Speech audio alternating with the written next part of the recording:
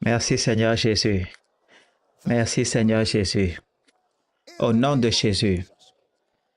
Père, nous nous réjouissons que ce soir, nous avons des réponses garanties à nos prières. Nous avons ta présence éternelle qui nous est garantie. Nous vivons dans ta présence. Nous avons la garantie ce soir d'avoir accès aux richesses de ta grâce. Nous participons aux richesses de ta grâce. Nous avons la garantie de la connaissance révélée ce soir. Alors nous recevons et nous profitons du ministère très excellent de Jésus. Nous déclarons que les voix tombent. La clarté vient par ta parole. Tout ce qui n'est pas planté par Dieu est déraciné. Nous réprimandons la maladie et les malaises. Nous ordonnons que tout ce qui est contraire au dessein de votre vie pour vos vies est dissous. Ton peuple est bâti, équipé, édifié et Jésus est glorifié. Nous nous réjouissons qu'à la fin de ce culte, nous en serons de tant mieux. Au nom de Jésus, nous prions et chaque croyant dit un puissant Amen de Homecoming. Gloire à Dieu. Levez la main droite au ciel, relâchons notre foi ensemble alors que nous disons ces mots. Je suis né de Dieu. Je suis né de la parole. La parole de Dieu est ma nature. Je ne peine pas à mettre en pratique la parole. Je mets en pratique la parole naturellement. Alors aujourd'hui, je comprendrai la parole de sa grâce. Je serai édifié. À la fin de ce culte, je ne serai plus le même. Plus jamais le même. Au nom de Jésus, et chaque croyant dit un puissant Amen. Gloire, gloire, gloire. Allez à droite, à gauche, regardez les gens qui sont à côté de vous d'abord. Est-ce qu'ils ne ressemblent pas à des gens glorieux, fantastiques? Comment est-ce qu'on peut dépasser ce qui se passe ici? Est-ce que vous êtes contents que ce sont vos frères et sœurs? Maintenant, pouvons-nous célébrer notre unité ensemble? Allez-y, célébrez, gloire, gloire, gloire. Allez vers 3, 4, 5 personnes, serrez la main à quelqu'un. Faites une accolade à quelqu'un, saluez quelqu'un, aimez quelqu'un ce soir. Dites-leur, tu seras béni ce soir parce que je suis venu. Tu seras béni parce que je suis venu. Oh, gloire, gloire, gloire. Tu seras béni parce que je suis venu. Tu seras béni parce que je suis venu. Oh, gloire à Dieu, gloire à Dieu, gloire à Dieu. Pasteur Philémon, demain, nous allons commencer à chanter notre chanson. Tu comprends? Gloire, gloire, gloire. Gloire à Dieu. Oh, gloire à Dieu. Gloire à Dieu. Alors, nous examinons la mission est possible et nous avons posé quelques fondements. Avec cela, nous avons enseigné sur notre responsabilité en tant que leader dans le corps de Christ. Et nous avons commencé à dire que l'Esprit de Dieu attise le cœur des croyants dans le monde pour fonctionner efficacement dans le dessein de Dieu pour la terre. Et nous avons dit que de part ou dans les générations, et la nôtre n'est pas différente, les cœurs des hommes sont attisés. Et dans chaque génération, Dieu suscite des hommes pour parler pour lui. Et nous soumettre à la voix de l'Esprit de Dieu et conquérir davantage de territoires grâce à la victoire de Christ commence avec un engagement envers les Écritures. Nous avons donc dit que le surnaturel commence avec notre engagement envers les Écritures. Nous avons pris le temps de voir la parole de Dieu dans Psaume 33, verset 4, verset 9, verset 10, 11. Nous lisons Psaume 33, verset 4. « Car la parole de l'Éternel est droite et toutes ses œuvres s'accomplissent avec fidélité. » 9. « Car il dit et la chose arrive, il ordonne et elle existe. » Verset 10. « L'Éternel renverse les desseins des nations, il anéantit les projets des peuples. » Verset 11.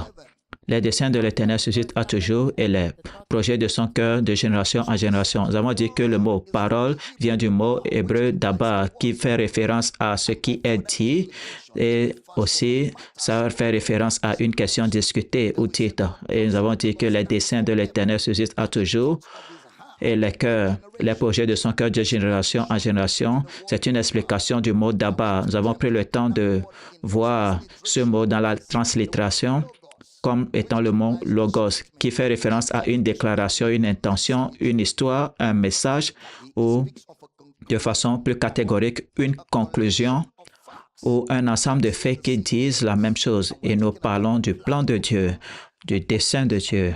Et ensuite, nous avons commencé à dire que les Écritures révèlent le plan de Dieu. Les Écritures révèlent le plan de Dieu pour nous.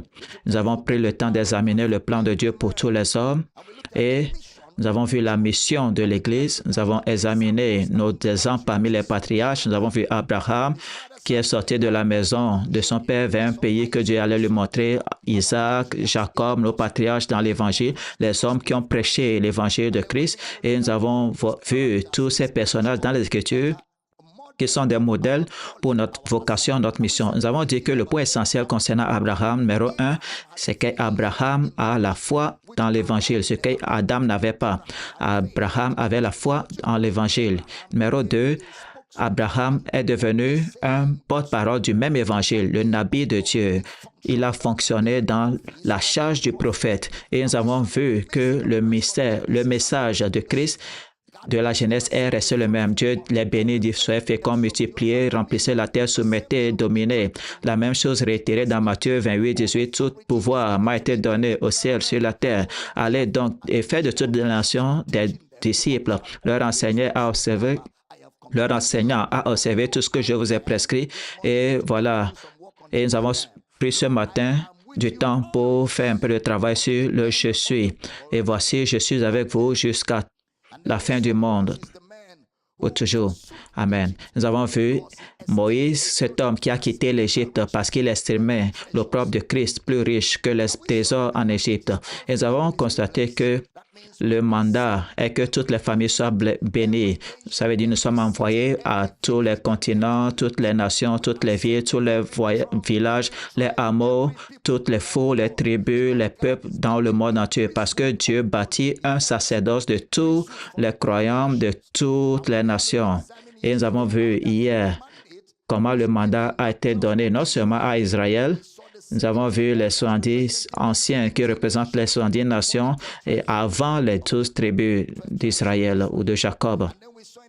Et dans le Nouveau Testament, nous avons vu que Jésus a choisi 12 hommes qui représentent les 12 tribus d'Israël et ils sont allés vers les Juifs. Et nous avons vu 70 hommes qui sont allés partout prêcher. Alors Dieu a toute l'humanité dans son plan.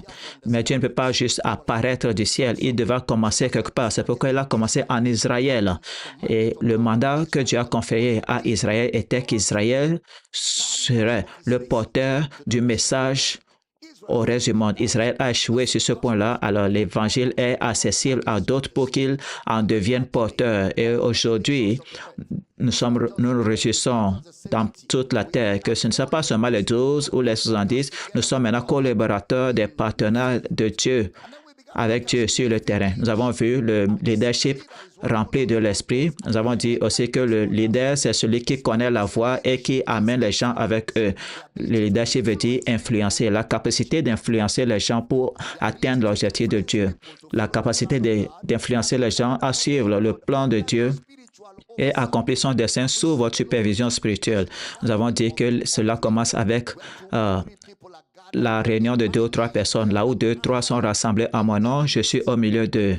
Dieu veut que nous ne soyons pas seulement ses collaborateurs, mais que nous fassions respecter son mandat sur toute la surface de la terre. Nous avons pris le temps d'examiner ce qu'il faut pour être un leader. Nous avons considéré que les 70 que Dieu a ordonné à Moïse d'amener au tabernacle et sur lesquels il allait prendre son esprit et mettre sur eux, ils étaient d'abord des leaders. Hier, nous avons dit que la fidélité dans les petites choses fera de vous un leader sur de grandes choses. Aujourd'hui, nous allons examiner David, alors que nous examinons les Écritures, la pensée de Dieu, son plan pour son peuple. Nous avons commencé à examiner David.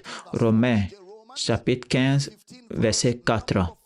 Romains 15, 4. Or, tout ce qui a été écrit d'avance l'a été pour notre instruction, afin que par la patience et par la consolation des Écritures, nous possédons l'espérance. Alors, nous pouvons apprendre beaucoup de choses des patriarches de l'Ancien Testament qui concordent avec notre mandat, notre vocation, notre mission. Nous avons commencé à voir l'onction de David. Samuel a oint David. Cela doit avoir surpris plusieurs personnes, tout comme certains d'entre nous qui ont répondu à l'appel de Dieu. Rien autour de nous nous ressemblait à l'appel de Dieu. Et ceux qui nous connaissaient pensaient que nous nous amusions parce qu'il n'y avait rien autour de nous qui ressemblait au plan de Dieu ou à l'appel de Dieu, même comme pour David. Même David, le prophète, ne savait pas qu'il s'agissait de David. Il avait fait une supposition, mais cette supposition était infondée. 1 Samuel 16, verset 6. Lorsqu'il entrait, il se dit, en voyant Eliab, certainement loin de l'Éternel est ici devant lui. Il doit avoir vu peut-être le CV d'Eliab. Eliab ressemblait à un homme qui avait 2 doctorats en théologie. Il avait l'art oratoire, peut-être il avait des diplômes concernant le pèlerinage à Jérusalem, JP, à la puissance 5. Il avait des qualifications. Et quand il a vu Eliab, il a dit, ah, voici loin de Dieu. Voici loin de Dieu. 1 Samuel 16, verset 7. 1 Samuel 16, 7. Et l'Éternel dit à Samuel, ne prends point garde à son assemblage, à son apparence et à la hauteur de sa taille, car je l'ai rejeté. L'homme, l'Éternel, n'a pas le même regard que l'homme. L'homme regarde à ce qui frappe les yeux, mais l'Éternel regarde au cœur. Il dit, je l'ai rejeté, je l'ai rejeté.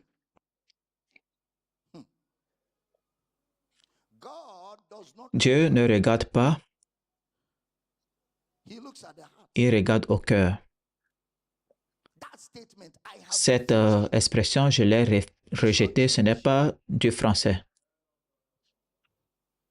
Pourquoi est-ce que Dieu va rejeter quelqu'un? Non, non, non, il faut te calmer. Cette expression, ce n'est pas du français. C'est une communication que vous devez comprendre à partir de l'hébreu. Je l'ai rejeté dans l'hébraïsme veut dire il m'a déçu. Il a échoué au test, c'est ce que ça veut dire. Si vous lisez le lexique grec, il a échoué au test. Il n'a pas réussi le test nécessaire pour être nommé à un poste de leadership. C'est ce que ça veut dire. Je l'ai rejeté. Il a échoué au test. Donc, ce n'est pas un rejet, il a échoué au test. Samuel est passé aux autres enfants et aucun d'eux n'a été accepté. Il est à noter que seul Eliab a reçu des commentaires spécifiques. Les autres n'en ont pas reçu. Il était sous-entendu qu'il aurait été le choix naturel compte tenu des qualifications naturelles et de l'âge, mais ce n'est pas toujours le cas. 1 Samuel 16, verset 11. 1 Samuel 16, verset 11. Puis Samuel dit à Isaïe, sont cela tous tes fils? Il répondit, il reste encore le plus jeune, mais il fait paître les brebis. Alors Samuel dit à Isaïe, envoie le chercher, car nous ne nous placerons pas avant qu'il ne soit venu ici. Nous ne nous placerons pas avant qu'il ne soit venu ici. Verset 12, Isaïe l'envoya chercher.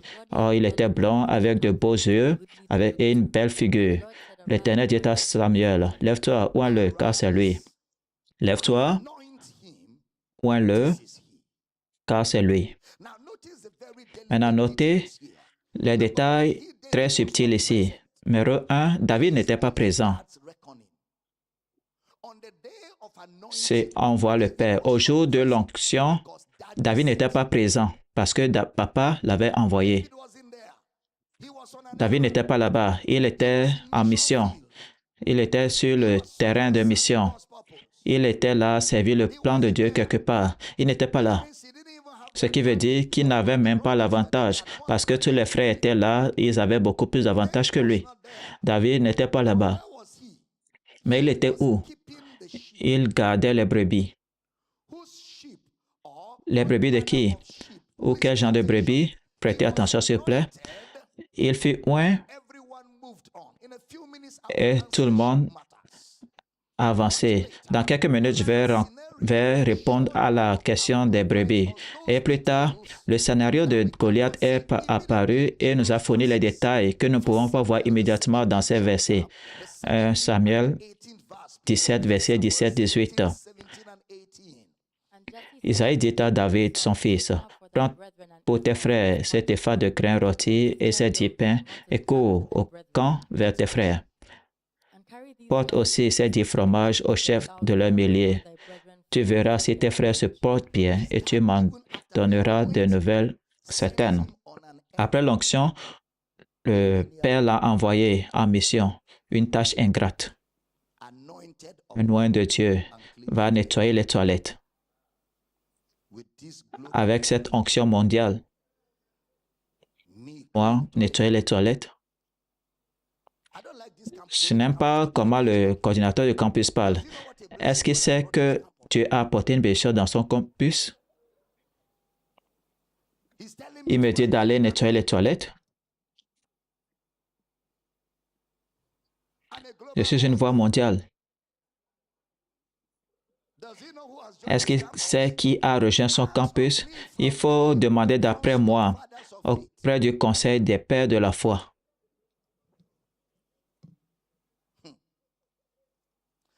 Comment est-ce qu'un général de Dieu comme moi peut apporter de la nourriture à mes sujets? Comment? Même les apôtres de l'agneau qui ont posé les fondements de l'Église ont servi le pain et du poisson. Non seulement, ils n'ont pas seulement servi, mais ils ont aussi ramassé les restes. Donc, ils ont joué aux membres d'accueil en tant qu'apôtres de Christ. Ils vont faire des travaux d'assainissement. Ça veut dire que vous ne pouvez pas grandir à un stade de votre vie ou dans votre ministère où vous êtes trop grand pour balayer, ou trop grand pour laver les toilettes, ou trop grand pour arranger les chaises, peu importe le niveau que vous atteignez dans le ministère. Vous ne pouvez pas vous éloigner des fondamentaux qui vous ont permis d'arriver là où vous êtes. Vous ne pouvez pas dépasser ces fondamentaux. Alors, après avoir guéri les malades, les disciples de Jésus furent envoyés servir du pain et du poisson. Jean 6, 10 à 13. Et David est allé fidèlement. Les grands hommes sont révélés dans les petites choses. Les grands hommes se révèlent dans les petites choses. Notez cela. Les petits hommes se révèlent dans les grandes choses. Les grands hommes se révèlent dans des petites choses. Les petits hommes se révèlent dans de grandes choses. Le piège dans cette histoire va se révéler bientôt. 1 Samuel 17, 28. 1 Samuel 17, 28. Eliab, son frère aîné, qui l'avait entendu parler à ces hommes, fut enflammé de colère contre David et dit, « Pourquoi es-tu descendu et à qui as-tu laissé ce peu de brebis dans le désert? Si votre Bible m'appartenait, j'allais souligner ce peu de brebis. Ce peu de brebis. Ton petit campus là, 4 membres. Et tu penses que tu fais quelque chose. Regarde ton petit campus. Vous êtes combien là-bas? Moi, je ne vais pas aux églises où il y a des petits nombres. Je ne vais pas aller là-bas. Je vais aller dans l'autre église. Et tu penses que tu as l'impression de ne rien faire. Quelqu'un va venir au campus avec toute sa famille et tu vas penser qu'ils sont venus t'aider. Et ils vont dire, ah, c'est tout? C'est l'église ou bien c'est les toilettes? Tu dis, c'est ici que nous rassemblons. Il dit non. Il prend sa voiture et sa famille. Il dit, nous irons à l'autre église. Soudainement, tu vas penser que tu fais quelque chose. Sambala et Tobia. Et même les petites choses qu'il bâtit, si un renard escaladait, cela s'effondrerait. Cela s'effondrerait. La voix du découragement, du dédain, qui essaie de caricaturer vos efforts pour le progrès du royaume. On va dire, ah, est-ce que c'est tout ce que tu faisais? Tu as quitté une meilleure église où on passe des heures à chanter, à danser des louanges ferventes, là où il y a de grandes personnes où tu peux établir des liens facilement. Maintenant, tu vas rejoindre, je ne sais même pas comment vous appelez cela, avec du dédain. Un peu de brebis. Regardez une personne qui n'est même pas ointe et qui parle à loin. Ce peu de brebis. Les grands hommes sont connus ou se révèlent dans les petites choses. Car qui a méprisé les jours de petits commencements? J'enseigne bien ce soir. Remettez cette écriture. Ce peu de brebis dans le désert. Je connais ton orgueil et la malice de ton cœur. C'est pour voir la bataille que tu as descendue. Voici Eliab, le frère, qui était appelé loin de Dieu. Eliab l'a accusé d'orgueil. Et le problème, il dit, À qui as-tu laissé ce peu de brebis? N'oubliez pas, les brebis appartiennent à son père. C'est le legs de son père qu'il appelle ce peu de brebis. Eliab était un homme insensé, très insensé, insensé, stupide, très stupide. Il a parlé en termes des derniers de son héritage, de l'œuvre de son père. Il a appelé l'œuvre de son père un peu de brebis. Comme Eliab, plusieurs appellent l'œuvre de Dieu des champignons, comme s'il s'agissait d'une entreprise commerciale. Le travail de David n'était pas majeur. Son groupe d'études bibliques n'était pas vraiment fréquenté. Son église était petite, son campus petit, et pour empirer le cas, dans un petit village où il n'y aurait pas de possibilité d'expansion. Mais David a traité ce peu de brebis avec beaucoup de dignité, avec respect et dévouement. 1 Samuel 17, 20. Prêtez attention, 1 Samuel 17, 20. David se leva de bon matin. Il laissa les brebis à un gardien, prit sa charge et partit. Voici un détail que vous ne devez pas rater. Il se leva de bon matin et il laissa la brebis à un gardien. Il ne s'en est pas allé comme ça. Il y avait quelqu'un pour garder les brebis au cas où il ne reviendrait pas. Il a laissé la brebis ou les brebis dans de bonnes mains. Il n'a pas dit, oh, j'ai un visa maintenant pour les États-Unis, les Amériques, les merveilles d'Amérique. Et il est parti. Les gens du campus se rassemblent, pas de direction, pas de leadership. Le berger a été enlevé et les brebis sont livrées à elles-mêmes. Non, il a amené quelqu'un qui pourrait garder les brebis et il a fait la passation en bonne et due forme pour aller en mission. Quel homme responsable, quelle personne responsable. Il les a traités avec respect. Si nous ne savions pas pourquoi Eliab a été rejeté, maintenant nous commençons à voir pourquoi il n'est pas digne de l'onction. Et plus tard, nous comprenons pourquoi David a vaincu Goliath. Et maintenant, dans son discours avec Saül, loin, l'ex-oint, le roi sortant, le roi déchu, nous verrons des détails beaucoup plus sophistiqués. Saül doutait des capacités de David en se basant sur son appréciation naturelle. Il regardait David et il dit, ah, c'est un petit garçon. Il dit, ah, lui là, il n'a jamais participé à une bataille. Il dit, ah, c'est un gars inexpérimenté. Il est inexpérimenté. Est-ce que tu as déjà fait le ministère? Comment est-ce que tu sais que tu peux être pasteur d'un campus? Est-ce que tu as déjà exercé le ministère? David est inexpérimenté. Tu n'es jamais allé à la bataille. Et la bataille que tout le monde fuit, y compris les généraux et les maréchaux, les généraux 5 étoiles, toi es inexpérimenté, tu veux aller au combat. Et je suis sûr que certaines personnes autour qui seraient très logiques diraient, il faut réfléchir à deux fois, sois prudent. Cependant, David avait de riches expériences dans son passé. En observant les petites choses, en prenant soin des petites choses, il avait une de riches expériences. 1 Samuel 17, verset 32. David dit à Saül, que personne ne se décourage à cause de ce Philistin. Ton serviteur ira se battre avec lui. 34. David dit à Saül, ton serviteur faisait perdre les brebis de son père, et quand un lion ou un ours venait en enlever une du troupeau, je courais après lui, je le frappais, j'arrachais la brebis de sa gueule. Et s'il se dressait contre moi, je le saisissais par la gorge, je le frappais et je le tuais. Il gardait ce peu de brebis, pas ses propres brebis, pas son propre ministère.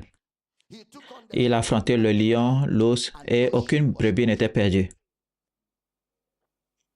Il s'assurait que les gens dans le campus ne manquaient pas, personne ne manquait à l'appel. Il les a gardés. Il a fait tout dans la prière et dans ses efforts et son sacrifice pour les garder. Il a défendu les insignifiants au péril de sa vie. Le lion et loups sont venus détruire les peu de brebis, le peu de brebis. Et David a dit, de mes mains,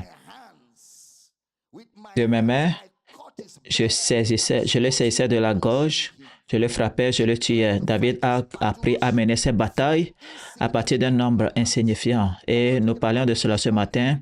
Lorsque vous retrouvez dans les petits commencements, c'est ce que Dieu utilise pour bâtir le caractère, l'endurance, le courage, la capacité, la force. Et aussi, avec le peu, c'est ce que Dieu utilise pour développer la sagesse, vous donnant la sagesse pour gérer plusieurs choses. Je partageais avec le pasteur Kyle avant qu'on ne vienne. J'ai dit, tu penses que tu es sage, tu peux être sage en tant qu'être humain, mais tu n'as pas la sagesse pour diriger les gens. C'est quand tu vas commencer à diriger les gens que tu vas commencer à développer la sagesse pour diriger les gens. Il y a deux règnes différents. La sagesse individuelle face à la vie est différente de la sagesse pour être pasteur des gens parce que différentes catégories de gens viendront avec différents caractères, différentes manières. Tu dois avoir de la tolérance, un grand cœur, du pardon. Ils vont t'offenser, ils vont t'insulter, ils vont faire paraître ton travail très difficile, ils vont être têtus et tu dois les pasteurer, les aimer. Et alors avec le peu, Dieu va commencer à bâtir ton caractère pour être pasteur, le caractère pour superviser les gens, le caractère pour tolérer les gens, le caractère pour être patient avec les gens. Certains d'entre eux, le premier jour, ils ne peuvent pas prier, mais avec ta patience, ils prient maintenant. Avec ta patience, c'est eux maintenant qui conduisent la prière. D'autres, la première fois, quand tu prêchais, ils regardaient pas de notes, rien, pas de livre, ils se regardaient. Et après le culte, ils vont même dire des choses que tu n'as pas dit en tant que conclusion de ce que tu as prêché. Mais tu étais patient. Tu étais là à travailler, à prier, tu les suivais. Et après un certain temps, sans que personne ne voit, ils amènent un cahier de notes. Maintenant, ils peuvent bien écrire. La première fois que tu as vu leurs notes, c'était rempli avec des produits pour les courses parce que quand ils t'écoutaient, leur pensée était allée quelque part qu'ils devaient acheter au marché. Ils ont écrit Maggie, un paquet, connaissance révélée. Ensuite, il y a 2 paquets de jus. Comme ça, ils ne vont pas oublier. Ils vont garder ça quelque part. Et après un certain temps, ils écrivent la note sans liste de marché. Maintenant, ils sont concentrés. Leur capacité de mémorisation de la parole de Dieu se développe à cause de votre patience. J'enseigne bien ici. Maintenant, vous bâtissez des hommes, vous bâtissez une armée, vous bâtissez un peuple que Dieu va utiliser sur la terre. Alors, vous commencez à défendre, à former les gens. Dieu va amener à votre communauté des gens qui n'ont rien. Et ils vont vous supplier tout le temps. Et vous allez commencer à leur donner, à les bâtir. Tu dis, tu ne peux pas être là mendier tout le temps. Est-ce qu'il y a quelque chose qu'on peut faire? Qu'est-ce qu'on peut faire? Tu ne peux pas mendier tout le temps. Vous construisez un homme, vous construisez une femme, vous priez, vous vérifiez les choses, des opportunités s'offrent à vous. Vous dites, bon, pourquoi est-ce que tu ne sais pas? Tu aides à bâtir quelqu'un. Il y en a qui viendront très riches, très fiers, arrogants. Quand ils viendront à l'église, ils vous regardent comme s'ils allaient s'asseoir sur votre tête. Mais tu n'es pas en colère. Tu flattes leur fierté. Et dans la sagesse, tu coinces leur orgueil en un seul endroit et tu le pinces. Et ensuite, tu commences à dégager cet orgueil. Et après un certain temps, ils vont venir humblement s'asseoir là où on leur dit de s'asseoir et ils vont prendre des notes et avant de le savoir, ils vont t'appeler pasteur, ils vont s'agenouiller pour prier et avant de sa rencontre, ils vont oublier même qu'ils ont de l'argent parce que quelque chose de plus important que l'argent est devenu leur priorité. Vous bâtissez un peuple de Dieu. J'enseigne bien ici, le caractère pour le pastorat est différent du caractère personnel. C'est pourquoi Dieu doit vous amener là où vous devez commencer petit. Votre commencement doit être modeste. C'est comme ça que Dieu élève les gens. Il a appris à mener ses combats à partir d'un homme insignifiant. Il a appris le pastorat en suivant 2, 3 personnes. Il n'était pas avide de succès facile. Il ne recherchait pas la foule. Il voulait juste bâtir un peuple pour Dieu, qu'il soit 2 ou 3. Ça n'importe pas. Ce n'est pas la faute. Il s'agit de bâtir des peuples pour Dieu. Et je vous l'ai dit ce matin, ne déshonorez pas ce que Jésus honore. Jésus dit, là où deux ou trois sont rassemblés à mon nom, je suis au milieu d'eux. Si Jésus honore une réunion de deux ou trois personnes, vous ne pouvez pas vous permettre de déshonorer ce que Jésus honore. Et j'ai besoin que nous quittions cette conférence avec ces choses à l'esprit, parce qu'il y a beaucoup de travail devant nous. Certains d'entre vous, après avoir bâti un campus de 50, 60, 100 personnes, déménagerez ailleurs et recommencerez à zéro. Et après qu'ils auront grandi, vous déménagerez ailleurs et recommencerez à zéro. Certains d'entre vous, vous allez former des disciples, faisant des pasteurs de votre campus, puis vous irez dans un nouvel endroit pour recommencer à zéro. Vous ne serez pas là à envoyer les gens tout le temps. Il arrivera un moment où vous devez partir parce que des fois, la façon dont vous avez commencé à grandir, vous avez peut-être oublié des choses que vous devez entretenir. Quand vous irez entamer un nouveau travail, les fondamentaux qui ont fait le succès du précédent vous seront renforcés. Après un certain temps, vous deviendrez coach. Et quiconque passe par vous, vous êtes capable de le former aux fondamentaux. Et avant de le savoir, vous formez des hommes qui deviendront des pasteurs dans toutes les nations du monde. J'enseigne bien ici. Et certains d'entre vous, lorsque vous êtes transféré d'un campus à un autre endroit, vous pensez qu'on vous punisse. Après qu'on a travaillé, et quand on va commencer à profiter maintenant, on m'a muté. Je ne comprends pas. C'est comme s'il y a du favoritisme ici. Même des gens qui sont venus après moi, on ne les a pas transférés. C'est moi seulement qu'on transfère. Et quand on va commencer un autre travail, quand il y aura un peu de gens, on va encore m'enlever. Tu vois ce dont je parle? Non. Est-ce que tu vois ce que je veux dire? Non. Les réponses, les leçons que tu es censé apprendre, tu ne les as pas apprises. Tu répètes la même classe encore et encore et encore. Tu ne grandis pas parce que quand tu vas commencer à grandir, tu sauras que lorsque Dieu élève les gens, il n'est pas sentimental à ce sujet. Ce que Dieu regarde, c'est la croissance, c'est la maturité, c'est le développement. Parce qu'il y a une mission importante devant. Dieu ne suscite pas des médiocres, il suscite des gens exceptionnels. Dieu va faire de David le roi d'Israël. Il commence avec des brebis dans la brousse. Un roi d'Israël qui va préfigurer le trône de Jésus et le faire commencer dans la brousse.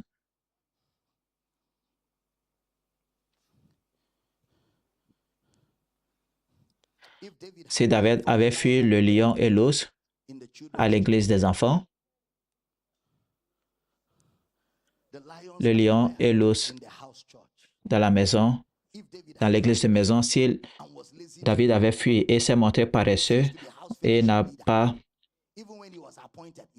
prié et il a refusé d'être leader de cellule, il va dire non, je suis trop occupé pour le faire, ou il s'est dérobé à son devoir de chef de cellule pour assumer des responsabilités du monde.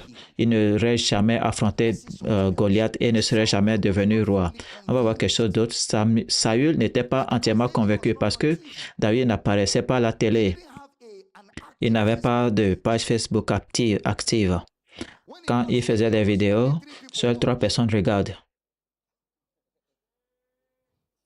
Aucune influence.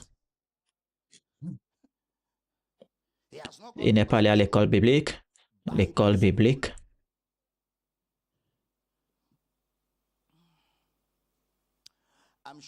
Je suis sûr que Saül a dû voir David dans un cercueil.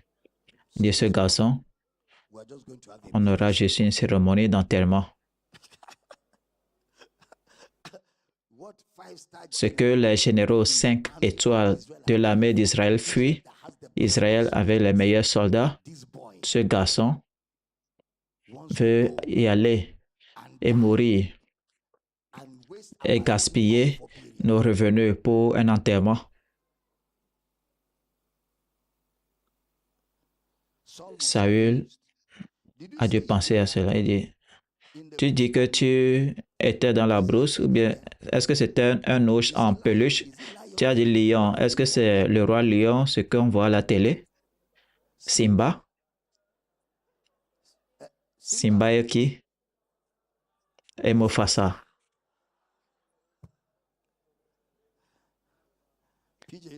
PJ me faisait regarder ces choses-là sérieusement. Alors, Saül a offert son armure. Je dis, ce n'est pas le Ghana que je ressens, c'est le Royaume-Uni. Saül a offert son armure. 1 Samuel 17, verset 38. Est-ce que j'aide quelqu'un? 1 Samuel 17, 38. Saül fit mettre ses vêtements à David et le plaça sur sa tête un casque d'airain et le revêtit d'une cuirasse. Tu ne peux pas emprunter l'expérience. Dans le ministère, tu dois avoir ta propre expérience. Tu ne peux pas emprunter l'expérience de quelqu'un dans le ministère. Tu dois avoir ta propre expérience dans le ministère. Même si tu parles comme révérend Damina et tu parles comme Papa Abel, ce genre de choses ne se fait pas voir par copier-coller. Tu dois avoir ta propre expérience. Il doit y avoir un moment où quelque chose, tu as fait face à quelque chose, personne n'était là-bas, tu étais là et tu as vaincu cela. Il fut un moment où tu étais tellement découragé, tu as pleuré, tu as surmonté le découragement et maintenant le découragement n'existe plus dans ton monde. Tu dois faire ta propre expérience. Dans le ministère, tu dois. Et les expériences peuvent être différentes. Il se peut que votre expérience présente une particularité par rapport à la mienne, mais cela produira le même caractère, le même résultat en caractère. Vous ne pouvez pas l'emprunter. Peu importe peu importe comment je vous raconte mon expérience, ça ne sera pas votre expérience. La raison pour laquelle je partage mon expérience, c'est que vous sachiez que ce n'est pas étrange. Les gens traversent les choses. Quand vous allez traverser la vôtre, vous allez vous rappeler mon histoire comme encouragement. Vous devez avoir votre propre expérience. Vous devez avoir votre propre expérience. David l'a essayé. Regardez 1 Samuel 17, 39. David saignait l'épée de Saül par-dessus ses habits, voulut marcher car il n'avait pas encore essayé. Mais David dit à Saül, je ne peux marcher avec cette armure, je ne suis pas accoutumé. Et il s'en débarrassa. Il dit, je ne peux pas aller avec ceci, je ne l'ai pas essayé. Je ne l'ai pas encore essayé. Ce sont tes équipements. Je ne les ai pas essayés. Je ne suis pas sûr que ça là va m'aider à gagner. Si ça pourrait t'aider à gagner, tu aurais gagné cela et tu serais parti. Si ce que tu m'offres pouvait gagner la bataille, pourquoi est-ce que tu n'es pas allé avec? Il a enlevé cela, il dit, prends ton expérience, j'ai ma propre expérience. Quand j'étais dans la brousse, il se peut que je ne sois pas allé à la bataille, mais cette brousse-là était mon champ de bataille. Le lion, l'ours, avec mes mains, je les ai finis. Le lion, le Goliath, là, c'est l'un des lions. Le Dieu qui m'a donné la victoire dans la bataille va me donner la victoire à la guerre. Le Dieu qui m'a donné la victoire à la bataille va me donner la victoire à la guerre. Lors des vraies batailles, les rasmatas ne marchent pas. Devant les vraies batailles, c'est ce qui est dedans qui va se révéler. Quand les vraies batailles de la vie surviennent, vous allez même oublier des fois ce que vous avez écrit dans vos notes. Écrivez ceci, s'il vous plaît. Seule une armure spirituelle forgée et façonnée par votre expérience quotidienne avec Dieu sera efficace. Seule une armure spirituelle forgée et façonnée par votre expérience quotidienne avec Dieu sera efficace. Votre vraie armure au jour de l'épreuve et du combat sera votre expérience avec Dieu. Il y a des expériences dans la vie chrétienne. Et le Saint-Esprit prend la parole écrite et la transforme en notre expérience quotidienne. Ces expériences viendront et seront utiles au bon moment. Oh oui. Oh oui. Elles seront utiles. Votre véritable armure sera votre expérience dans le Seigneur. Quelle est votre expérience dans le Seigneur? Votre vie de prière. Ces moments passés en prière, vous parlez en langue. C'est comme si vous perdiez du temps. Chaque fois que vous venez, on dit prions, prions, prions, prions, prions, prions, prions. Rien de significatif. Cela n'a pas simulé votre économie, ça n'a pas changé la couleur de votre peau. Vous ne faites que prier, prier, prier, prier. Mais pendant ces prières, vous avez entendu de Dieu. Vous avez donné une parole de sagesse. Euh, un frère l'a confirmé, une autre parole de connaissance, une sœur l'a confirmé. Votre confiance à la voix de Dieu a commencé à grandir. Vous allez parler à quelqu'un, cela a été confirmé. Et quelqu'un vous a parlé, cela a été confirmé. Des choses qui se sont passées, qui ont renforcé votre confiance en Dieu.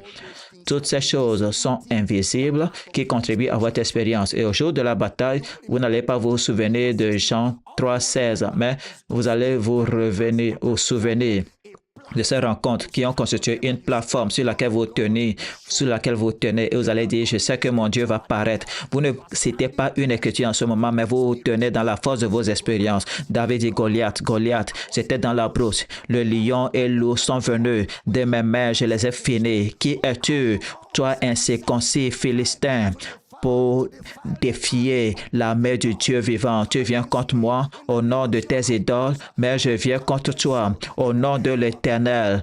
Et il a fait sortir une fronde. Une fronde.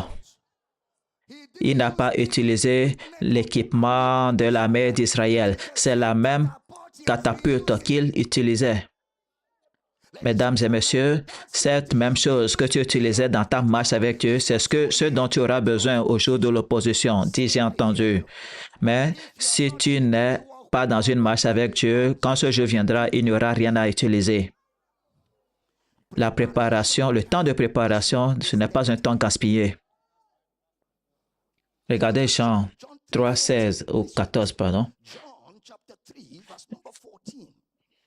Jean 3, 14. Et comme Moïse éleva le serpent dans le désert, il faut de même que le Fils de l'homme soit élevé, afin que quiconque croit en lui ne périsse point, mais qu'il ait la vie éternelle. Vous voyez que croire, c'est une chose personnelle, afin que quiconque croit. Votre foi en Christ est personnelle, ce qui veut dire que votre marche avec Dieu est personnelle. Ces expériences que vous avez avec Dieu sont des expériences personnelles. Ces expériences dans la prière, dans la méditation, ces expériences. Vous savez, chérie, je me rappelle, quand j'apprenais à marcher avec Dieu en tant que garçon, j'ai commencé à chasser les démons, priant pour les gens, les choses se passaient et d'autres fois, ça ne marchait pas. Et une fois, je priais devant l'Éternel, il m'a montré une vision et dans la prière, dans cette vision, j'ai vu une grande structure et un grand gars. Dans ma pensée, je disais, ah, ça c'est Satan.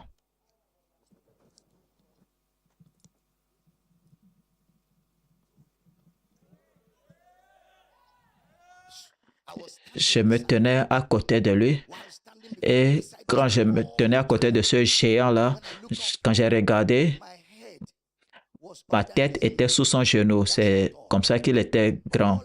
Ce que je voyais, c'était juste son genou. Je n'ai pas pu voir tout le reste. Et j'ai commencé à crier, au nom de Jésus, je te réprimande. Au nom de Jésus, je te réprimande. Au nom de Jésus, je te réprimande. Et ce truc-là faisait juste un geste de sa main. Je ne regardais même pas ce que je réprimandais. Je pensais que j'allais mourir et j'étais anéanti. Dans cette vision, Jésus apparut de loin et avec la lumière, en marchant vers moi, il dit, viens. Et je suis allé rapidement. Je suis allé dans la lumière avec Jésus. Et il m'a dit, maintenant, réprimande-le. Maintenant, réprimande-le. Et j'ai dit, au nom de Jésus, je t'ordonne de sortir. La chose a fait, waouh, waouh, waouh. Et s'en est allé. Et le Seigneur m'a dit, quand tu m'es soumis, Satan t'obéira rapidement. Mais quand tu viens dans ta propre force, tu ne peux rien faire. Dieu m'apprenait à m'appuyer sur lui. Aujourd'hui, ça fait combien d'années après? Il y a plus de 30 ans. Je me souviens encore de cette expérience. Il y a des expériences dans la foi chrétienne.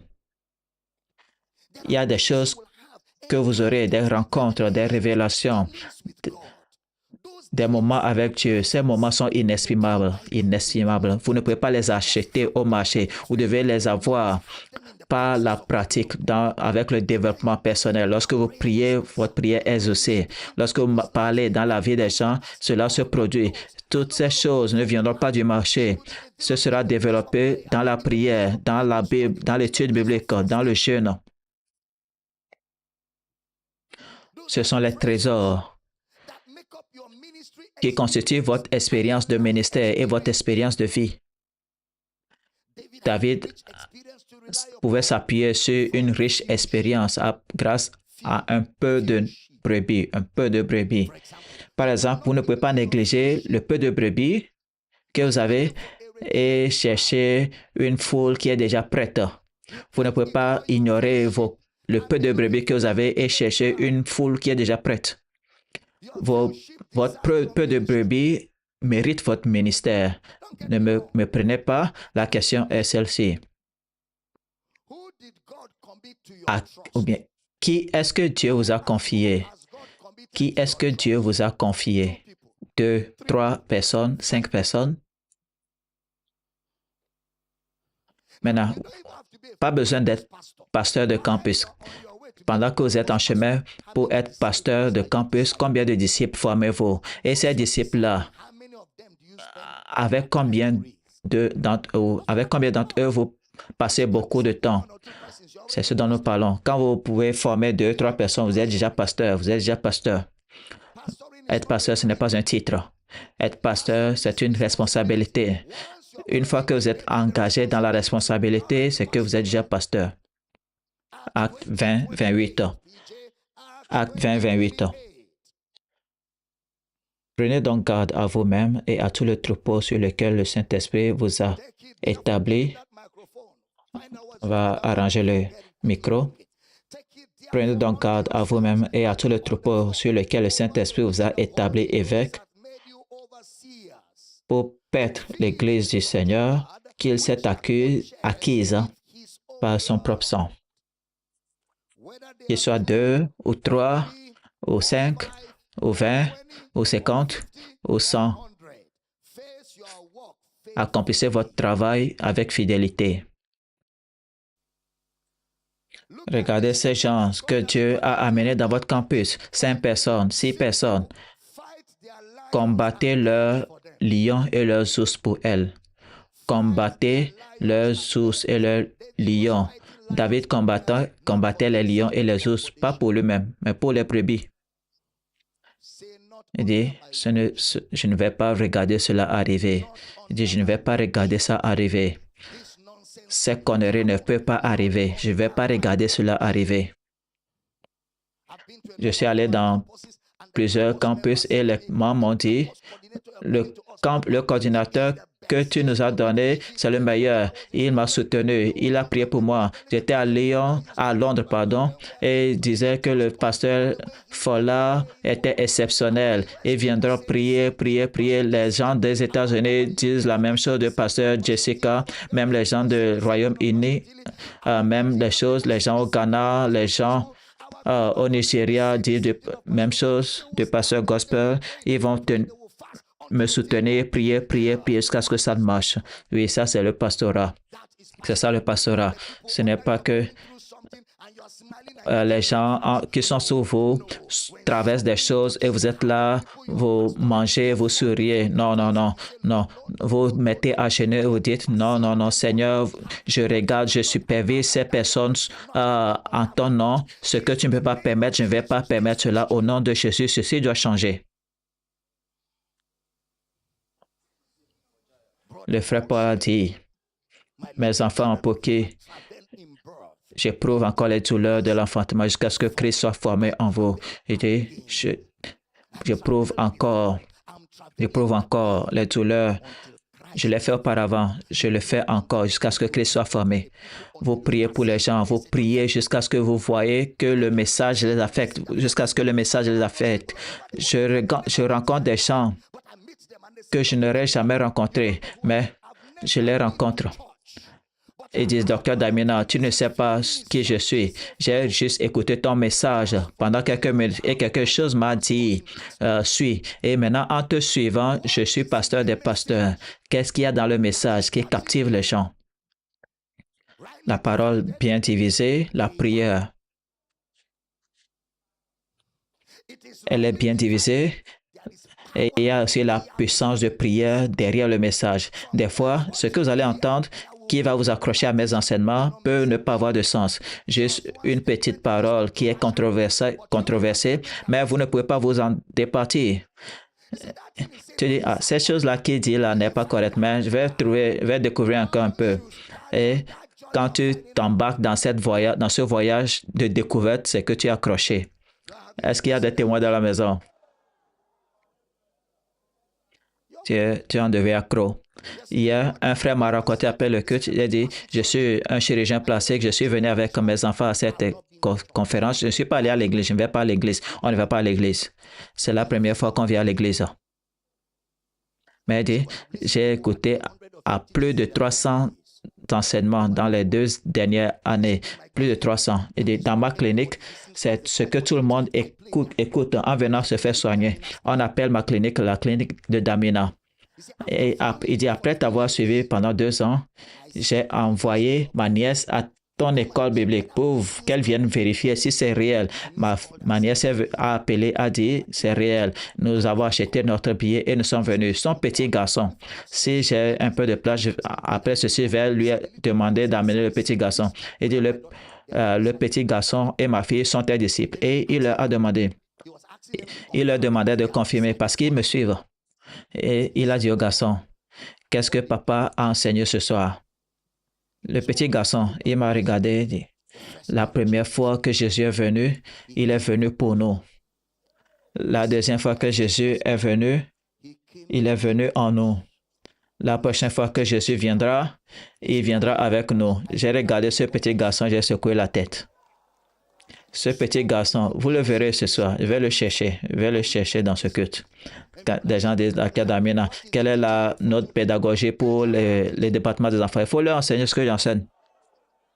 Tu penses que tu es trop intelligent? Tes enfants vont t'enseigner ce que j'enseigne. Est-ce que tu as vu un téléphone portable? Ton petit bébé qui va prendre ton téléphone portable et va ouvrir des choses que tu ne peux même pas ouvrir. Et tu dis, qu'est-ce qu'on va leur enseigner? Pourquoi est-ce qu'on n'a pas de téléphone pour enfants?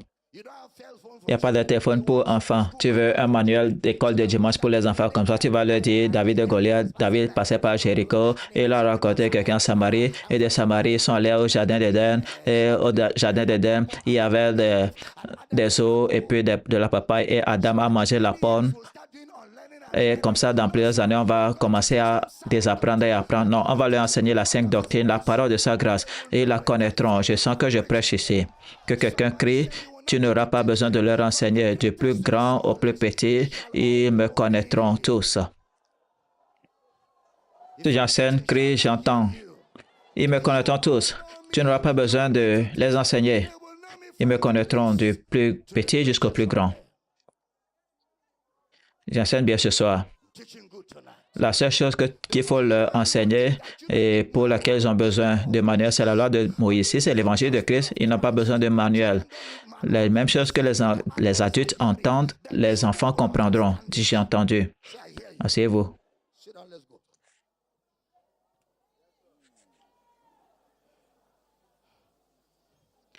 Dès ton enfance, tu connais les saintes lettres dès ton enfance qui peuvent te rendre sage à salut par la foi qui est en Jésus-Christ. Quelqu'un a amené son fils, un petit garçon à mon bureau et dit, papa, s'il te plaît, parle à mon église, à mon enfant. Bientôt, on va le renvoyer de l'église. Il se dispute tout le temps avec son professeur. Quand le professeur enseigne, il l'arrête et dit, non, non, c'est pas vrai, monsieur. Ce verset que vous lisez là, ce n'est pas ce que ça veut dire. Il dit, regardons le prétexte et le proteste. Je sens que je prêche ici. Nous formons une génération de garçons et de filles qui vont bouleverser le monde avec l'évangile de Christ. Que quelqu'un crie, je n'ai point honte de l'évangile de Christ. C'est une puissance de Dieu pour le salut. Criez oui.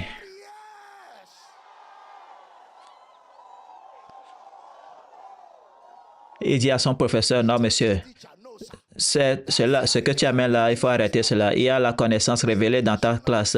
Vérifie le pré-test, le post-test. Comme ça, nous allons discuter maintenant. Le professeur va dire, tais-toi. Il dit, non, je ne peux pas me taire. Il dit, ce que tu dis n'est pas correct. Comme ça, tu ne vas pas induire en erreur mes amis. Le prof aura peur de cette classe-là. Quand il va venir, il va dire, ah, je ne sais pas ce qui va se produire aujourd'hui. Hein.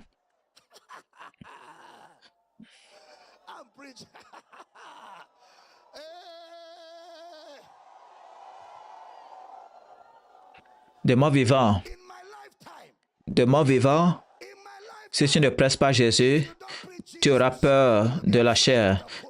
Si tu ne prêches pas l'évangile de Christ, tu auras peur de parler en public, de nation en nation, de génération en génération, de côte à côte, de ville à ville, de village en village. Cet évangile sera prêché. Si tu le crois, crie oui.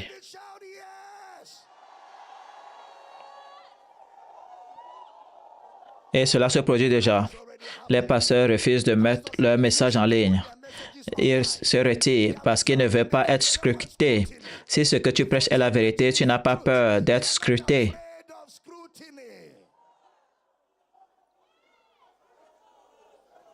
Si ce que tu prêches est la vérité, il faut rendre cela public et permets-nous de l'examiner. Arrête d'arrêter les gens et les amener à la police. La vérité n'a pas besoin de défense. La vérité se défendra d'elle-même. Si je prêche, crie, j'ai entendu. Nous n'avons pas peur. Nous mettons pour nous là partout. Même si des personnes malicieuses les découpent, les modifient, cela continue de conquérir des âmes. Même quand on me fait dire ce que je n'ai pas dit par malice, cela continue de gagner des âmes.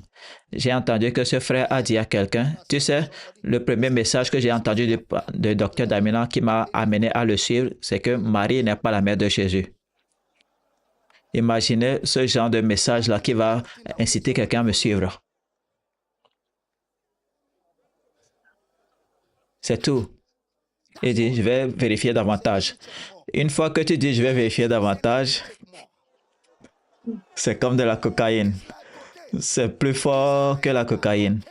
Parce que l'Esprit de Dieu va témoigner à la vérité ou témoigner de la vérité. Ta tête est déjà entrée.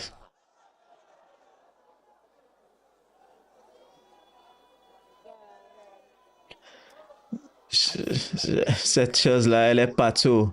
Je sens cela dans mes jambes. Je la sens dans mes mains. Je la sens dans ma taille. Je la sens dans ma tête. Je la sens dans mon cou. Je la sens partout en moi. Gloire, gloire, gloire, gloire, gloire. Gloire, gloire, gloire, gloire, gloire. Gloire, gloire, gloire, gloire, gloire. Gloire, gloire, gloire, gloire, gloire. Gloire. Dis à ton voisin, nous avons de quoi nous vanter. C'est l'évangile de Christ. Alléluia.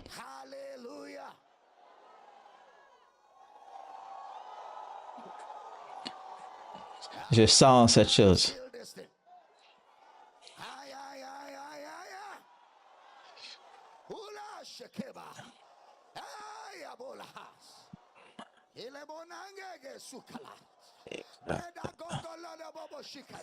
Que quelqu'un crie, le ministère, c'est ma vie.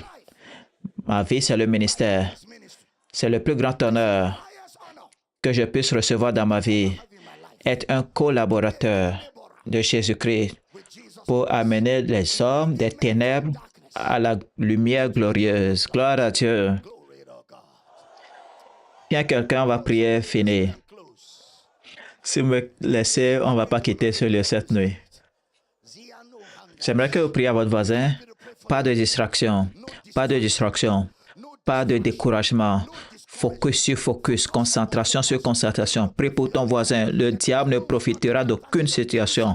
Makaplagado shake kekelegeta zakala bragata zakalagede yabaragada yabarada zokalagede yabarada. Ere braga gambra hata zakara gegelegete jekelegete da yabaragada yaba. Mombregega hakapra shakala gada galagede ya. Ele bragalagada zakamagalagata zakelegede de yabaragalegede yaba. Upre kakabra hata shede higalaganga kada brade zekelehede yega. Ibra bambarada zakaplogo do shakalegete yagla hata zatanda yaga elegada haka prehetende yegla hada takele brongo do shaka legetende hilagate ebraga ketala yabala gatanda yaga lagalagata sekele getende yabra hada zata yaga embala badagada embala balagada gada haka pregede gete yabala zakele getende higala gata zakale getende hida yaba irobragata shakala gabala getende yabra hata shakala bala getende yaba Meri bradaza. E baba la gatanda ya bala gedende ye brohodo shakala balagada imbre badaza e robre shakara bragada gende here bala getende ye brohodo zakologo da dende ya bradize e baba ra bregete dende hela gala haka pragata zatanda ya grahata shakala gede hite yeba imba paragede zakali gele getende ye brohodo zakologo do zagala gatanda ya baragala gete ya ilabra habra hege dende hila la gola gate tende hila broshata de tende ya brade e shaka prada zatanda ya balagetende ye brohodo zatanda ya balagatanda ya balagete ile balagata ibalagata e rebrohodo zakala balagetende ye broholo shakala balagetende ye brahada zatanda ya galagetende ye brahada zate yaba ale bragada e rabragada zakale getende ye brohodo zakale getende ye barada Ishara braga lagetende ye brohodo zakalaba lagetende ye brohodo zatende ye galagatanda ye garada e brohoto zakalagada de hide brahada shaka legetende la prière fervente du juste est d'une grande efficacité. Priez les uns pour les autres, priez les uns pour les autres, que soyez guéris. Priez les uns pour les autres, priez les uns pour les autres. Et broshaka prade dende ye brohodo sokolo brahataza. Priez les uns pour les autres. Priez pour votre voisin. Tu marches dans la lumière. Il n'y a pas d'occasion de chute. Tes pas sont ordonnés. Tu sais le dessein de Dieu. Tu es conduit par l'Esprit. Tu es gardé par l'Esprit. Tu es rendu hardi par le Saint-Esprit. Le diable ne va jamais te fermer la bouche. Tu es délivré des hommes déraisonnables et méchants. Prie.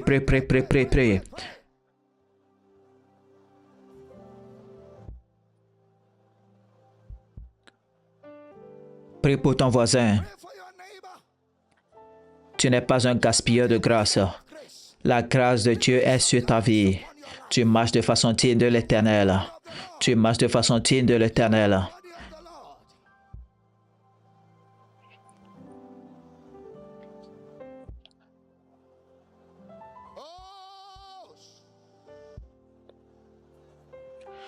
Ceux qui espèrent en l'Éternel renouvellent leurs forces.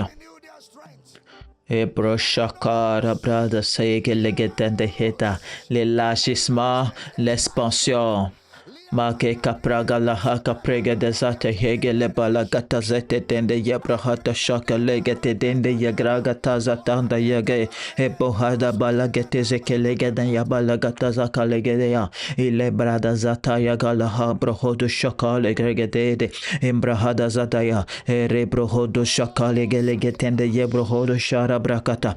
J'aimerais que vous mettez la main sur vous-même, mettez les deux mains sur la tête et priez, parlez sur votre vie, parlez sur votre vie. Dieu est mon témoin que je sers, celui que je sers dans l'évangile de son Fils. Dieu est mon témoin, celui que je sers dans l'évangile de son Fils. Je suis préservé, je suis rendu hardi. Le ministère prospère dans ma vie, le ministère prospère dans mes mains.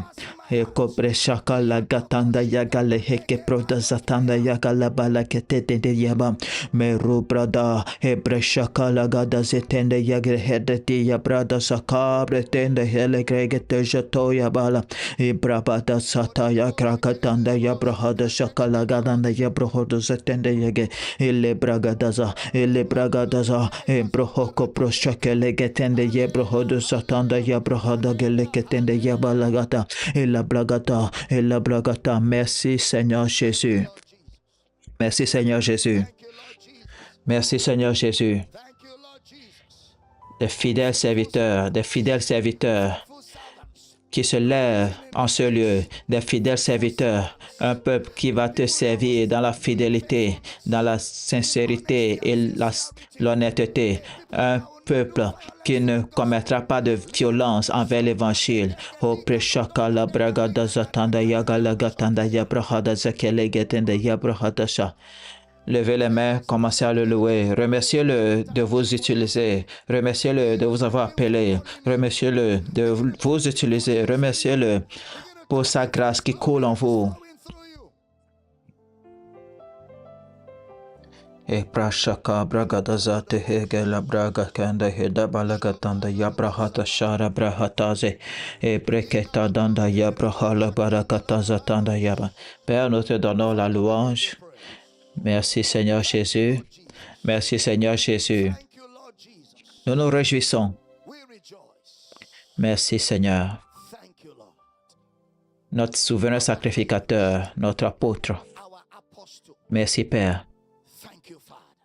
Notre bouclier, notre écu, notre gloire, celui qui relève nos têtes.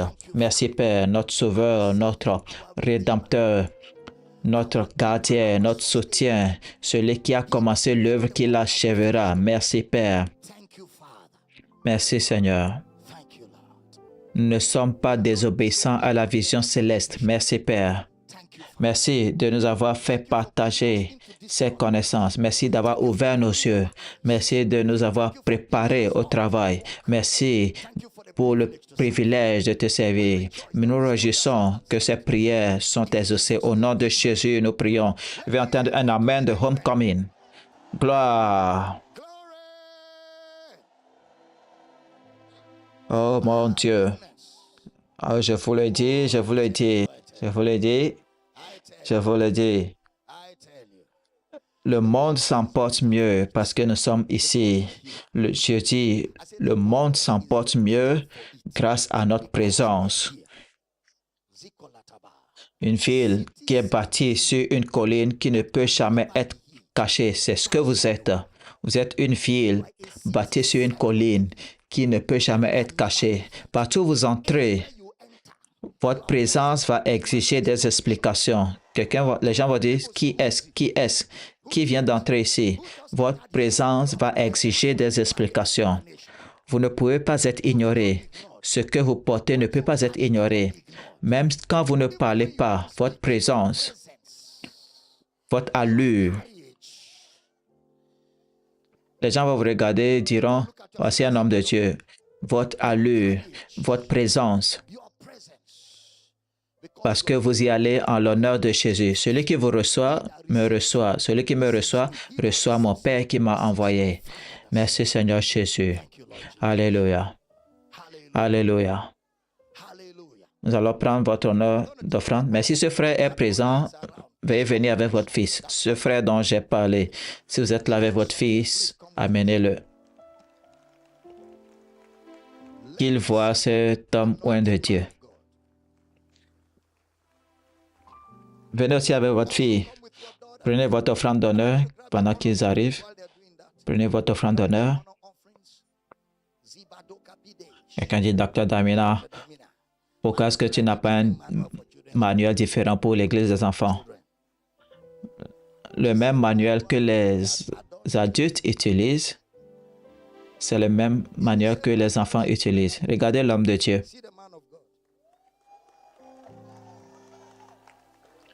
Homme de Dieu, il faut te tenir ici.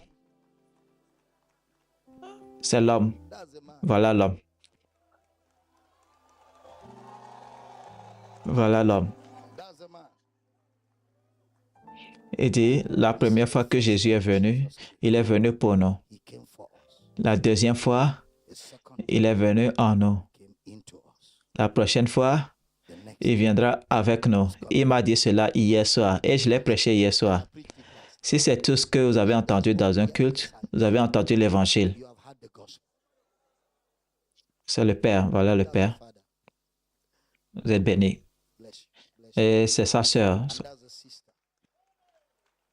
Il y a un micro là-bas. Un micro. Ça marche. Alléluia. Tu veux dire quelque chose? Louange à Dieu. Nous sommes en fait submergés. Lorsque j'ai quitté hier, ma fille m'a dit qu'elle n'a pas pu croire qu'elle vous touchait en vrai. Parce que c'est moi qui ai écouté ce message en premier. Marie n'était pas la mère de Jésus. Et au départ, j'ai vu votre interview au Ghana et je me suis dit, cet homme, il est perdu. J'ai écouté pendant 10 minutes et j'ai mis ça à côté. J'ai dit, oh mon Dieu, cet homme-là, il sonne bien, mais il est confus. Mais je suis retenu, l'Esprit a dit, mais est-ce que notre loi condamne un homme avant de l'avoir entendu et de savoir ce qu'il fait? J'ai dit, non, ça c'est une zone interdite. Et après un certain temps, après le message de Marie n'est pas la mère de Jésus, j'ai dit, ok, je vais écouter cette confusion. Oh mon Dieu. Et c'est la première fois que j'ai compris ce que signifiait l'incarnation de Christ. Et c'était tellement puissant. Je l'ai envoyé à ma femme. Nous avons écouté ce message plus de 10 fois et nous faisons que prier et pleurer. Et on se demandait où est-ce que c'était tout ce temps-là. Et depuis ce temps-là, nous continuons à écouter. Et il y a des jours, j'écoute votre message 10 fois par jour, du matin au soir, au théâtre, à la salle d'opération. Pendant les interventions, si je fais 2 interventions, les messages c'est du matin, du début à la fin. Et ceux qui sont avec moi à la salle d'opération savent que je vais écouter jusqu'à 3 messages. Et voici vos disciples. Et elle a fêté son anniversaire et elle a dit quelque chose qui nous a étonnés. Elle a dit quelque chose concernant le caractère de Dieu. Dis-nous cela. J'ai appris que Dieu ne tue pas. Et le Dieu dont il disait qu'il tuait dans l'Ancien Testament n'est pas celui-là qu'il croyait. Dieu n'a pas de mauvais côté. Dieu bénit seulement, il sauve, il donne seulement, Dieu ne condamne pas.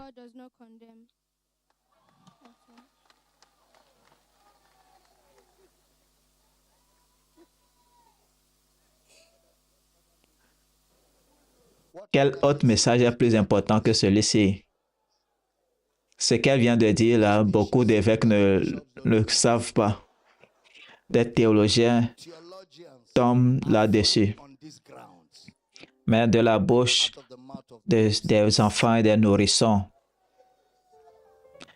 gloire à Dieu. Docteur, nous aimons votre famille, content de vous avoir. Et ensemble, nous allons pousser l'Évangile jusqu'aux extrémités de la terre. Tu veux dire quelque chose?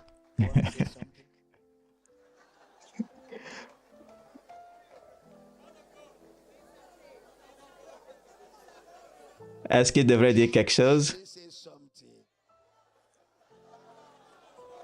Il faut juste dire gloire. Il a dit gloire. Il a dit gloire.